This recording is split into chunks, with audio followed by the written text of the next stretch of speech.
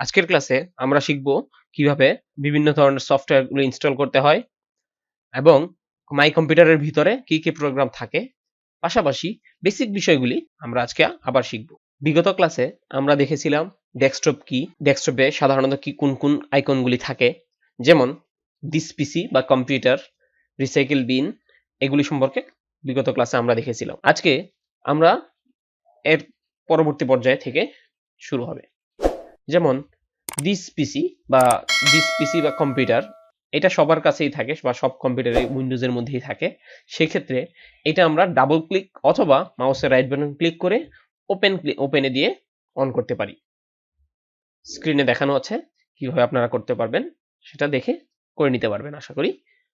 This পিসি বা কম্পিউটারের মধ্যে গিয়ে আমাদের যে অপশনগুলি থাকে সেখানে বিভিন্ন ধরনের ফোল্ডার আছে এবং কিছু ড্রাইভের নাম থাকে। সাধারণত এখানে একাধিক ড্রাইভের নাম থাকে যার যার প্রয়োজন অনুযায়ী ব্যবহার করার জন্য। আমার এখানে আপাতত শুধুমাত্র একটি ড্রাইভ আছে, লোকাল ডিস্ক সি। কারো যদি প্রয়োজন হয় যে এখানে আরো বেশি ড্রাইভ রাখবে, কেউ যদি অতিরিক্ত ফাইল জমা রাখতে চায়, সেই ক্ষেত্রে একাধিক ড্রাইভ তৈরি করে নিতে পারেন। আমার এখানে জাস্ট একটা ড্রাইভ আছে, কারণ আমার এখানে আমি জাস্ট একটা ড্রাইভই রাখতে চেয়েছি। আমার হার্ড ডিস্কটা ছোট হওয়ায় আমি জাস্ট শুধু এসএসডিটা ব্যবহার করেছি। সেই ক্ষেত্রে আমার এখানে বাকিগুলির প্রয়োজন হয় নাই এবং বাকিগুলি আমার এখানে রাখা নেই।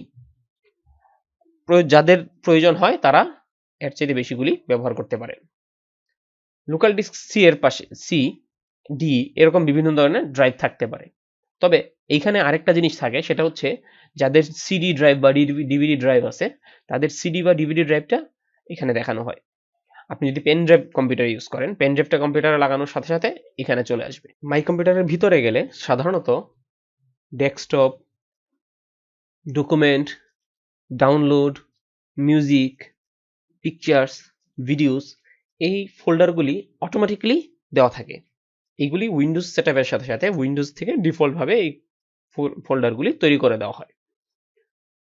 আমাদের এই অপশনগুলির ভিতরে সাধারণত যেই বিষয়গুলি থাকে, আমাদের ডেস্কটপে স্ক্রিনে যেই ফোল্ডার বা যেই ধরনের ফাইলগুলি থাকে, ডেস্কটপে গেলে ওই ফাইলগুলি পাওয়া যায়। ডকুমেন্টসে আমরা কোনো ফাইল যখন সেভ করি, সাধারণত ডিফল্ট ভাবে ডকুমেন্টসে গেলে জমা হয়। ইন্টারনেট থেকে কোনো তথ্য বা কোনো ফাইল ডাউনলোড করলে সেগুলো সরাসরি ডাউনলোডে এসে জমা হয়। যদি সেটা মিউজিক বা অডিও কোনো ফাইল হয় তাহলে মিউজিকের মধ্যে জমা হয়। কোনো ছবি সেভ করলে অনেক সময়ই সেটা পিকচারে জমা হয়, আর ভিডিওর ক্ষেত্রে ভিডিওতে জমা হয়। আমাদের মাই কম্পিউটারের মধ্যে এই অপশনগুলি মোটামুটি কমন ভাবে সবার জায়গায় সব কম্পিউটারেই থাকে। এখান থেকে আমাদের বের হওয়ার জন্য উপরে ক্রস চিহ্ন আছে, আমরা ক্রস চিহ্নে ক্লিক করে বের হয়ে আসতে পারবো। রিসাইকেল বিন, কোনো ফাইল যদি আমরা ডাউনলোড যে কোনো একটা ফাইল আমরা যদি ডিলিট করতে চাই, তাহলে এই ডিলিট করার জন্য যেই ফাইলটাকে ডিলিট করতে চাই ওই ফাইল অথবা ফোল্ডার মাউসের রাইট বাটন ক্লিক করে নিচের দিক থেকে দ্বিতীয়টা ডিলিট চিহ্ন আছে, ডিলিট লেখা আছে, এই ডিলিটে ক্লিক করলে আমাকে জিজ্ঞেস করবে যে আপনি কি আসলে ডিলিট করতে যাচ্ছেন নাকি না। যদি ডিলিট করতে চান তাহলে ইয়েস দিবেন, আর যদি ডিলিট করতে না চান তাহলে নো দিতে পারবেন। সেই ক্ষেত্রে আমরা যদি যেহেতু আমরা ডিলিট করার জন্যই চাইতেছি, সেক্ষেত্রে ইয়েস দিয়ে দিলাম এবং এটা রিসাইকেল বিনের ভিতরে চলে গেছে। রিসাইকেল বিনের ভিতরে আপনারা মাউসের রাইট বাটন ক্লিক করে ওপেন অথবা ডাবল ক্লিক করে বের করতে পারেন এবং রিসাইকেল বিন থেকে আপনার প্রয়োজনীয় যে ফাইলটি আপনি আনতে যাচ্ছেন, বা আপনি যদি চান এটা আমরা যে ফাইলটা ডিলিট করে দিয়েছিলাম সেই ফাইলটা এখানে দেখা যাচ্ছে। যদি এটাকে একেবারেই রিমুভ করে দিতে চাই, আমার কম্পিউটারে থাকুক আমি চাচ্ছি না, সেই ক্ষেত্রে এখান থেকে ডিলিট করে দিলে পার্মানেন্টলি ডিলিট হয়ে যাবে।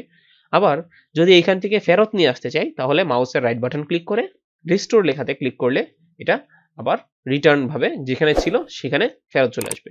আমরা এটাকে কাট দিয়ে সরাসরি কাট করেও নিয়ে আসতে পারবো। কিভাবে একটা ফোল্ডার তৈরি করতে হয়, একটা ফোল্ডার তৈরি করা বা নতুন করে একটা ডকুমেন্ট নিতে চাইলে আপনাকে ডেস্কটপে মাউসের রাইট বাটন ক্লিক করতে হবে। মাউসের রাইট বাটন ক্লিক করার পরে নিচের দিকে নিউ নামে একটা অপশন আছে। যখন আমরা নিউ এর উপরে মাউসটা ধরবো, ক্লিক না করলেও চলবে, ক্লিক করলেও করতে পারেন, বাট মাউসটা ধরতে হবে। মাউসটা ধরার সাথে সাথেই ডান পাশে একটা নতুন পপ আপ বার আসবে, নতুন একটা লিস্ট চলে আসবে। সেই লিস্টের প্রথমেই আছে ফোল্ডার লেখা। আমরা যদি ফোল্ডার লেখাতে ক্লিক করি তাহলে আমাদের একটা নতুন ফোল্ডার তৈরি হয়ে যাবে।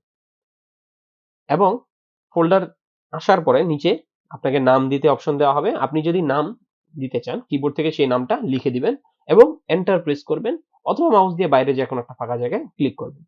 তাহলে আমাদের একটা ফোল্ডার তৈরি করা হয়ে যাবে। একইভাবে আমরা যদি ফোল্ডার না তৈরি করে একটা টেক্সট ডকুমেন্ট তৈরি করতে চাই, যে কোনো একটা লিখা সেভ করে রাখতে চাই, সেই ক্ষেত্রে টেক্সট ডকুমেন্ট নিতে পারি, যেটা মোবাইলে নোট নেওয়ার মতো।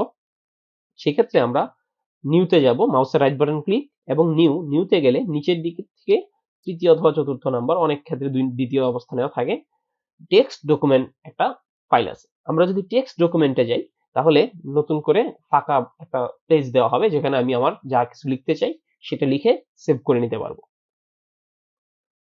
আমরা ফোল্ডার নিলাম। এখন ফোল্ডার নেওয়ার পরে আমার ইচ্ছা মতন নাম দিলাম। নাম দেওয়ার পরে কোনো কারণে আমার মনে হলো যে আমি নামটা পরিবর্তন করতে চাই, ফোল্ডারের নামটা পরিবর্তন করতে চাই। তাহলে আমাদেরকে কি করতে হবে? ফোল্ডারের উপরে মাউসের রাইট বাটন ক্লিক করতে হবে এবং রাইট বাটন ক্লিক করলে নিচের দিকে প্রপার্টিজ এবং এর উপরে আছে ডিলিট, এর উপরে আছে রিনেম। যদি এটাকে রিনেম করতে চাই, নামটা পরিবর্তন করতে চাই, তাহলে আমাদেরকে রিনেমে ক্লিক করতে হবে এবং রিনেমে ক্লিক করার পরে আমরা যেই নাম নতুন করে দিতে চাই সেই নতুন নামটা লিখে এন্টার প্রেস করব। আমাদের এটা নতুন নাম অনুযায়ী চলে আসবে। একটা ফোল্ডারকে কিভাবে কপি করতে হয়, আমরা ফোল্ডারটাকে কপি করতে হলে ফোল্ডারের উপরে মাউসের রাইট বাটন ক্লিক করব এবং ফোল্ডারের রাইট বাটন ক্লিক করার পরে মাঝামাঝি পর্যায়ে আমাদের কপি লিখা আছে। আমরা যদি কপি লিখাতে ক্লিক করি তাহলে কপি করা হয়ে যাবে। কিন্তু কপি করা বা কাট করা, এখানে কম্পিউটারের ভাষায় মুভ করা বলতে কিছু নেই, মুভ করাটাকেই কাট করা বোঝানো হয়। আমরা যদি কপিতে ক্লিক করি তাহলে কপি হবে, যদি এটাকে মুভ করে অন্য কোথাও নিতে চাই সেই ক্ষেত্রে কাট লেখাতে ক্লিক করতে হবে। আমরা আপাতত কপি করতেছি, তাই কপিতে ক্লিক করলাম এবং যেইখানে আমি পেস্ট মানে লেখাটা ছাড়তে চাই বা ফোল্ডারটা ছাড়তে চাই, মানে আমি এই ফোল্ডারটাকে কপি করে নিলাম, এখন অন্য একটা জায়গায় এটাকে কপি হিসেবে রাখতে চাই। সেই ক্ষেত্রে যদি ডেস্কটপে রাখতে চাই তাহলে ডেস্কটপের মধ্যেই মাউসের রাইট বাটন ক্লিক করব এবং পেস্ট লেখাতে ক্লিক করব। মনে রাখতে হবে পেস্ট মানে এখানে ছাড়া, যে লেখাটা কপি করা বা কাট করা হয়েছে এটাকে ছাড়বো কোথায় বা কোন জায়গায় প্লেস করব সেখানে পেস্ট করতে হবে। মাউসের রাইট বাটন ক্লিক করে পেস্ট লেখাতে ক্লিক করলে আমাদের এটা পেস্ট হয়ে যাবে। একইভাবে আমি যদি এটাকে মুভ করে অন্য কোথাও নিয়ে যেতে চাই, সাপোজ যেটা আমার কপি হয়েছে এই ফোল্ডারটাকে আমি ওই ফোল্ডারের ভিতরে দিতে চাই, ভিতরে কাট করে নিয়ে যেতে চাই, সেই ক্ষেত্রে এই ফোল্ডারটার উপরে মাউসের রাইট বাটন ক্লিক এবং কাট লেখাতে ক্লিক করব।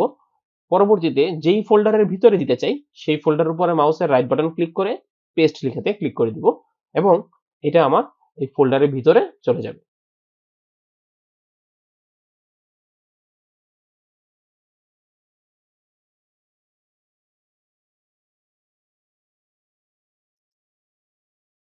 আমরা যদি ফোল্ডারটাকে ডিলিট করতে চাই তাহলে ফোল্ডারের উপরে মাউসের রাইট বাটন ক্লিক এবং নিচের দিক থেকে ডিলিট অপশন আছে, আমরা ডিলিটে ক্লিক করে ডিলিট করতে পারবো। পরে সাথে সাথে এটা রিসাইকেল বিনে জমা হয়ে গেছে। আমরা যদি রিসাইকেল বিন থেকে এটাকে ফেরত নিয়ে আসতে চাই তাহলে রিসাইকেল বিনের ভিতরে যেতে হবে এবং সেখান থেকে এটাকে রিস্টোর, মাউসের রাইট বাটন ক্লিক করে রিস্টোর দিয়ে দিতে হবে। তাহলে এখানে যেখান থেকে ডিলিট হয়েছে সে আবার সেই জায়গাতেই ফেরত চলে আসবে। আবার রিস্টোর থেকেও বা রিসাইকেল বিন থেকেও আমরা চাইলে কাট করে অন্য কোনো জায়গায়, নির্দিষ্ট কোনো জায়গায় নিয়ে আসতে পারবো।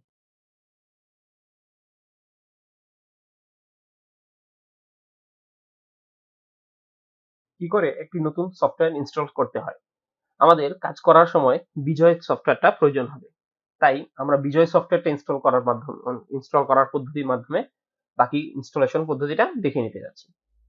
প্রথমত আপনাকে অবশ্যই বিজয় সফটওয়্যারটা কম্পিউটারে নিয়ে নিতে হবে। সেটা হতে পারে বিজয়ের সিডির মাধ্যমে অথবা ইন্টারনেট থেকে ডাউনলোড করার মাধ্যমে, নতুবা পেন ড্রাইভের মাধ্যমে অন্য কারো কাছ থেকে কালেক্ট করে নিতে হবে। আপনি যখন এটা কালেক্ট করে নেবেন আপনার কম্পিউটারের ডেস্কটপে অথবা সিডি ড্রাইভে বা যেখানেই রাখতে পারেন, সেখানে থাকার পরে আমাদেরকে ওই জায়গাতে যেতে হবে। যেমন আমার এখানে আপাতত ডেস্কটপে রাখা আছে, আমি ডেস্কটপ থেকে ফোল্ডারটা ওপেন করে নিলাম এবং ফোল্ডারের ভিতরে গেলে বিভিন্ন রকমের ফাইল আছে। এই ফাইলগুলোর মধ্যে থেকে খেয়াল করতে হবে উপরে যে আমাদের হেডলাইন আছে সেখানে টাইপের অপশনে গেলে যেখানে অ্যাপ্লিকেশন লেখাটা দেখা যায় সেটা হচ্ছে আমার সেটআপ ফাইল। অবশ্যই সেটআপ লেখা অথবা দেখা গেছে সফটওয়্যারের নামটা থাকবে এমন অপশনগুলিতে ডান পাশে অ্যাপ্লিকেশন লেখাটা খেয়াল করতে হবে। যেখানে আমাদের অ্যাপ্লিকেশন লেখাটা আছে সেটা হচ্ছে আমাদের সেটআপ ফাইল, সফটওয়্যারটাকে সেটআপ করার ফাইল। কারণ অনেকগুলি ফাইল থাকে, এর মধ্যে সেটআপ করার ফাইল কোনটা সেটা বুঝতে অনেকের কঠিন হয়ে পড়ে।